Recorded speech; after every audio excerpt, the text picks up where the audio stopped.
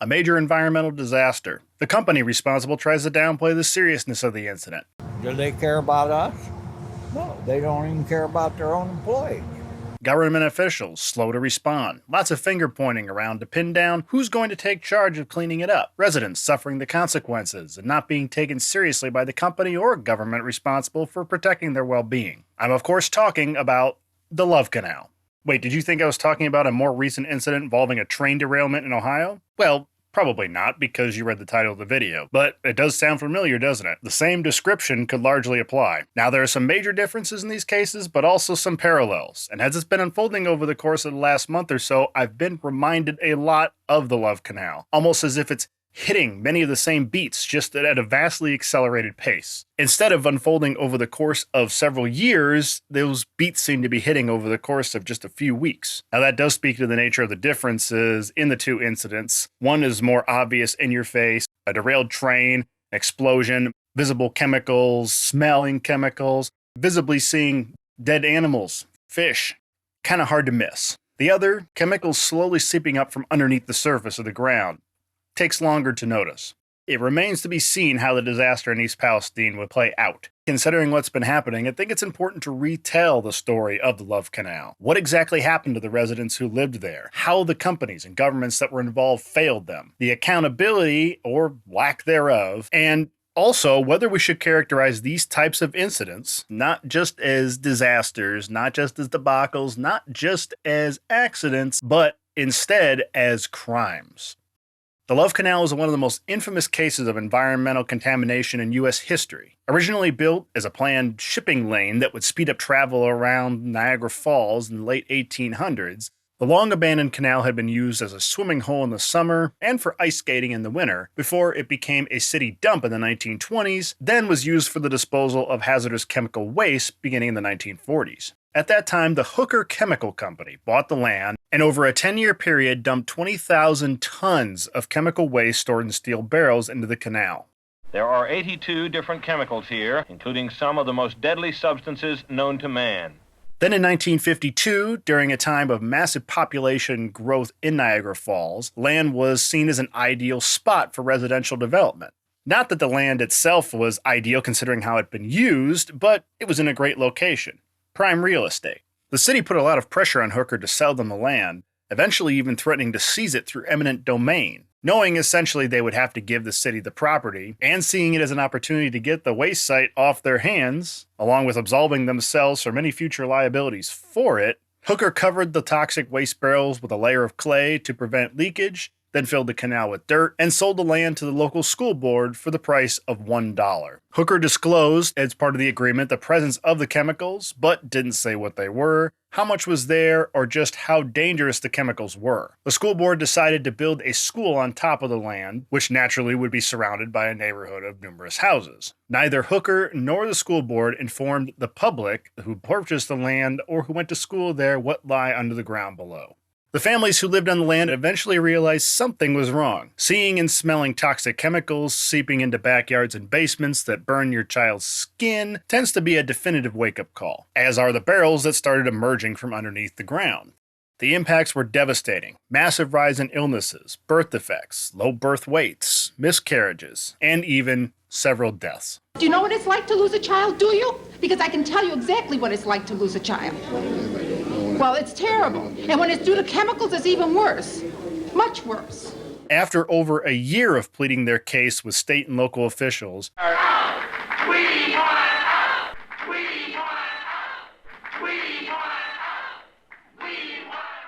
over 800 families that were eventually moved out of the area, their houses left abandoned. Love Canal became a watershed in environmental protection and how hazardous waste is disposed of and dealt with. It jump-started the environmental justice movement and became the first major case that was handled by the EPA, which had just been created a few years prior and was still in the process of trying to find its footing, figure out the scope of its duties and responsibilities, and how to carry them out. And at the time, they didn't have the resources, the tools, or the expertise, really, to be able to deal with environmental contamination on this massive of a scale. So a few years later, in 1980, in direct response to the actions of Hooker and Love Canal and other companies and the other dub sites around the country, Congress passed the Comprehensive Environmental Response, Compensation, and Liability Act, more commonly known as Superfund. The law put into place a trust from which to pay the enormous costs of cleaning up hazardous waste where it had been dumped in places that were deemed to be Superfund sites, with the ultimate goal of minimizing the risk to human health and, if possible, returning the area to a usable state, and also forcing the parties that were responsible for dumping the chemicals there in the first place to pay for the damages wherever that would be possible. Now, the efficacy of the Superfund law itself is a topic for another time, but the Love Canal does exemplify many of the crucial challenges in dealing with these types of environmental contamination disasters. The initial cleanup took a decade to complete, but that was just for all the chemicals that had leaked. It took another decade to complete a system around the waste to make sure that there weren't any further leaks. You see, the vast majority of the waste that had been dumped there is still in the Love Canal today. It's been deemed too dangerous and costly to try to remove it, so instead a system was put in place to try to contain it. The landfill is topped with 3 feet of clay, a massive sheet of thick plastic, and 18 inches of topsoil to seal off the chemicals and keep out rain and snowmelt, which could displace the toxins. Groundwater is guided down towards a system of underground trenches that surround the landfill and collect the water so that it doesn't migrate. More than 100 monitoring wells surround the site to make sure no chemicals escape. Today, the land still sits abandoned and fenced in with former neighborhood streets blocked off from traffic, just a vast open field of land that nothing can ever be done with. In total, the cost of the cleanup amounted to around $400 million, and it wasn't until 2004 when the area was deemed safe again and it was removed as a Superfund site, though the area continues to be monitored around the clock for any potential leaks.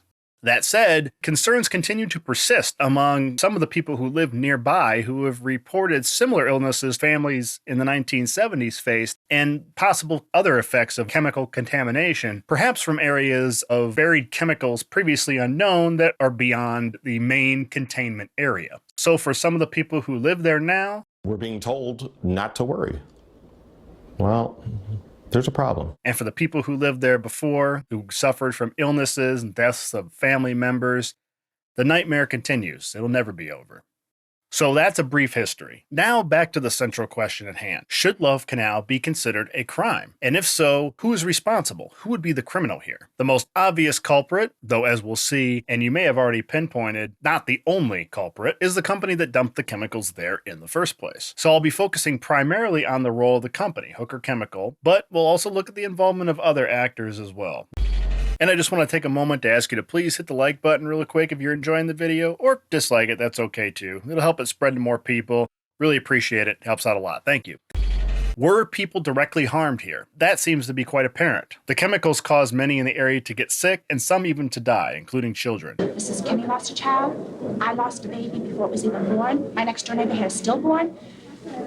Her son is sick. Her son is sick. How many more kids have to be sick? How many more kids have to die? There were extensive health problems, well above normal levels, all stemming from people living in the same area. So the harm, yes, quite apparent. Did the people who lived in the Love Canal consent to any type of risk of harm that they might face? No. The residents said no knowledge whatsoever of the potential risk that they face, and certainly the children at the school didn't consent to it. They moved in well after Hooker had closed up that specific site. Suspicions that something was wrong arose as early as the 1950s, evidenced by children that were suffering from strange burns, but no one thought to warn residents of the possible danger. By the time the chemicals really started causing problems, those who had signed the original agreement to purchase the area were long gone, leaving others to have to deal with the fallout, the consequences. The problem of tomorrow, 10, 20 years from now, isn't the problem which is going to get the local politician elected.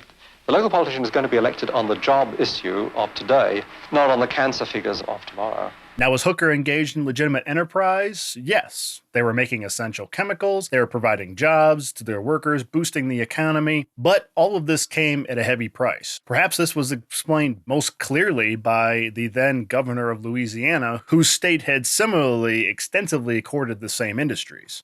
We've made trade-offs, accommodations, or compromises, if you will, taking the position that the need for jobs and industrial development and the stimulation to our economy justified temporary trade-offs and, in some instances, some serious trade-offs where the environment became either totally or partially damaged, and in some instances permanently. We did what we thought was best for the people and the economy of Louisiana. We accommodated the industry where we thought we could in order to get the jobs and the development. And in some instances, we knowingly and advisedly accepted environmental trade-offs. Ultimately, economic conditions were put ahead of human health and safety. There were days when the smell was so noxious you had to get inside.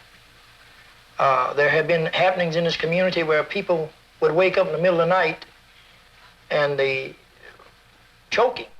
And the end does not really justify the means. Legitimate business activities don't excuse the actions that injure or kill people. Now, did Hooker Chemical purposely intend to harm the people who lived there with the chemicals? No. It's a strong case to be made that no, they did not deliberately do this. However, that's not the only element of intent that we look at, and there's certainly fault to be found here. For instance, Hooker was later found as part of a federal lawsuit to be negligent in their actions to dump the chemicals without any plans to contain them or to inform the people who would be living on top of them. And they later purposely concealed and tried to cover up any knowledge that they had of the hazard by repeatedly refusing to cooperate with investigations and hiding any evidence they had that there was something wrong, such as telling the EPA that they had lost soil samples that had previously been taken on the site. A confidential Hooker document reveals that the company was warned by one of its own employees 4 years ago not to even dig into the plant site dump. Do not dig anywhere in this area, he said. It is totally undermined with buried tanks and drums. Could have fires and or reactions if we hit this junk. Do you know of anything that would prevent them from leaching through the soil and getting into the water supply? I have no knowledge that either has or has not occurred. I would hesitate to classify any of those waste disposal sites as health hazard areas. This is all part of a pattern of behavior that Hooker exhibited, not just at Love Canal, but also at numerous other disposal sites. And now Niagara Falls has discovered there is chemical waste buried all over town, much of it in 3 abandoned Hooker dumps. One of them is just across the road from the Love Canal along the river. This site has been used by Hooker to bury more than 23,000 tons of toxic refuse, and chemicals leaking into the Niagara River have been traced here. Across town, another worried neighborhood, another Hooker dump called Bloody Run, 16 acres, 80,000 tons of waste, 4 times what is buried at the Love Canal. People in this area report a high incidence of respiratory illness. There is this dump on Hooker's own plant site. It is next to the Niagara Falls water treatment plant, and the dump was used with even less care than the Love Canal was. There was not, for example, even the standard clay seal packed around the disposal area to prevent leakage. The Hooker chemical plant in Montague. At first, Hooker denied responsibility, but a former employee gave state officials a sworn affidavit. Knock a hole in the top of a drum, fill the drum up, and let it smoke. We'd put it in a dump truck and carry it out back and dump it. I'd complained many times, about it, the way they were operating out there, but comments were made, this isn't a chocolate factory, or what do you think, we make bubble gum here? Something of that nature. They didn't care. They were we got to make money, Dob, was another comment. They found an estimated 20,000 barrels, which had been leaking chemicals into the ground for years. The Superfund law introduced a strict liability for the disposal of hazardous waste, meaning that effectively any company who had produced the waste is responsible for dealing with it for its entire lifespan. They can't just dump it off on somebody else and wipe their hands of any kind of responsibility for it. In terms of following the law, did Hooker actually break any laws in disposing of the waste? No, they followed all the laws that were on the books. At the time, the environmental protection laws that existed were few and very limited. They had to get a permit to do it, but the permit was only to protect against flies and rats, an older regulation that was designed to protect against the plague. Obviously, obsolete for preventing barrels from leaking chemical waste. The contract that was signed between Hooker and the school board was legitimate, and they had a legal liability transfer in place as part of the agreement. We knew there were dangerous chemicals in what we had put in Love Canal when we deeded it. And in fact, the deed, which was accepted by the school board, recognizes the fact that there are hazardous wastes in that canal, and it also absolves Hooker Chemical from any problems associated with those chemicals that comes up in later days. So that's it. Hooker is off the hook. No pun intended.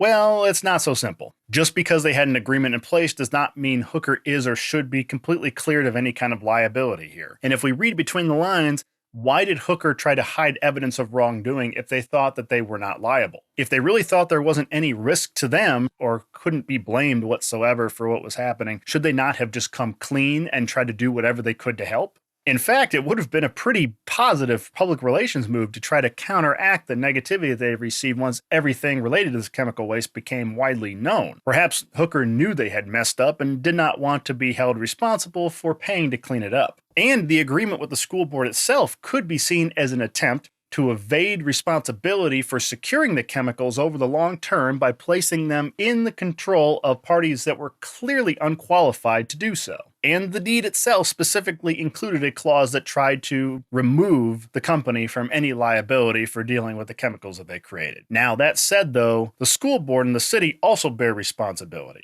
I mean, they built a school on top of a toxic waste dump, and Hooker made them aware that the chemicals were there, telling them, hey, you may not want to build on top of this. In 1957, we went before the school board in a public hearing and told them that they were violating the deed that they had signed with us and the agreement that they had made with us when they were cutting this road through the canal. We had deeded that property to them on the understanding that that property would be used for nothing more than a school which would be built adjacent to the canal, not over it or on, and that the canal would be used only for a play area. With hazardous waste, though. And predictably, when digging up the property, the construction crews broke through the protective clay barrier around the barrels and breached some of the barrels themselves, allowing the chemicals to leak out. What breached those canal walls were the streets and the sewers that the city ran through there, in direct defiance of our wishes, and in direct defiance to public meetings where we had with them, telling them that it violated the deed which they had done with us. Now, even though Hooker was ultimately found to be negligent in how it disposed of the waste, it was not found to be negligent in how the land itself was sold or what was developed on top of the land. Responsibility for those decisions fell to the school board and the city. These decisions demonstrated a total disregard for the health and safety of the people who would be living there and the children who would be going to school there. So given all of this, as you can see, the Love Canal, like many similar incidents, there's a lot of nuances to it to consider. And it doesn't necessarily lend itself to the easy or simple narrative of good guys versus bad guys, being able to pin it on one specific person or one specific entity. Even though the debate usually becomes divided along these lines, some quick to place the blame on the company, others putting the blame more on the government. But what if it's both? Yes, the company may have dumped the chemicals there, but the government was also responsible for creating the conditions that allowed it to happen in the first place. So there may be a lot of liability to go around, from those who actually did the initial action, to those who allowed it to happen, to those who failed to do anything about it or do anything about it in a timely manner. But just because a single villain cannot be properly pinned down doesn't mean that there was no crime committed, and a large spread of blame doesn't absolve any of those responsible parties from being held accountable for what happened. Cases like this also call into question the idea of the objectivity of the law, which is not necessarily quite as objective as it may initially seem. Now, obviously, the law as it's written is objective. It's right there. You can see it. You can read it. That's not in dispute. But how the law is decided, who benefits from the law, who is protected and not protected by the law as it's written, that's anything but objective. Those who were able to influence how the law is written had economic interest vested in making money and protecting themselves from liability, regardless of who may have been harmed in the process. If the residents harmed by their decisions had the same political influence or were able to pass a law saying that those responsible for dumping the chemicals were fully liable for the entire cost of the cleanup and every type of hardship that resulted from it for the rest of their lives, it too would be the objective law. But that's not what happened here because they didn't have that power. But the business interests have the power to influence the law to their benefit. We had 3 men that cover an area that accounts for more than 1/3 of the whole lower peninsula of Michigan. 3 field men. And also in many cases, you're forced to take the word of the industry you're supposed to be regulating. That's right. government interests as well. This is certainly a problem that persists to this day, and one we can find echoes of in countless other similar incidents, all the way from the water of Flint, Michigan to the chemicals released in East Palestine. Just to illustrate the point, as an example, simply contrast the delayed, prolonged response to the residents of East Palestine who are still waiting for help with the immediate aid that was given to those who had massive amounts of money sitting in Silicon Valley Bank. The tragedy of the Love Canal exemplifies what's referred to as environmental injustice, the unequal distribution of environmental risks and hazards to the least advantaged and the least powerful. This little community sitting here, we derive no benefit from the chemicals that's being put in this well. It's not like we had a chemical plant in our community paying taxes, paying salaries, and adding to our living standard. All we're getting is somebody else's waste, and we're left to deal with the misery. Hazards like pollution disproportionately impact certain segments of society more than others, who have less power to protect themselves from environmental victimization. So, should Love Canal be considered a crime? Was anybody held criminally responsible? Well, ultimately, nobody was. Given that it's been 70 years since the property was first sold for development and 45 years since the families were moved out of the area, no one's ever going to be held criminally liable for this. That's only one aspect to consider, though. Should anyone have been held criminally liable? That's another story entirely. Looking at it more broadly, it questions our laws in place to protect the public, the harms that are caused by both business and government actions, and what kinds of acts that we consider to be criminal and those we consider not to be criminal, and what should be done about them. The answer to whether incidents like this should be considered crimes is not a definitive one, but is it certainly fair and open to debate and consider? I say absolutely.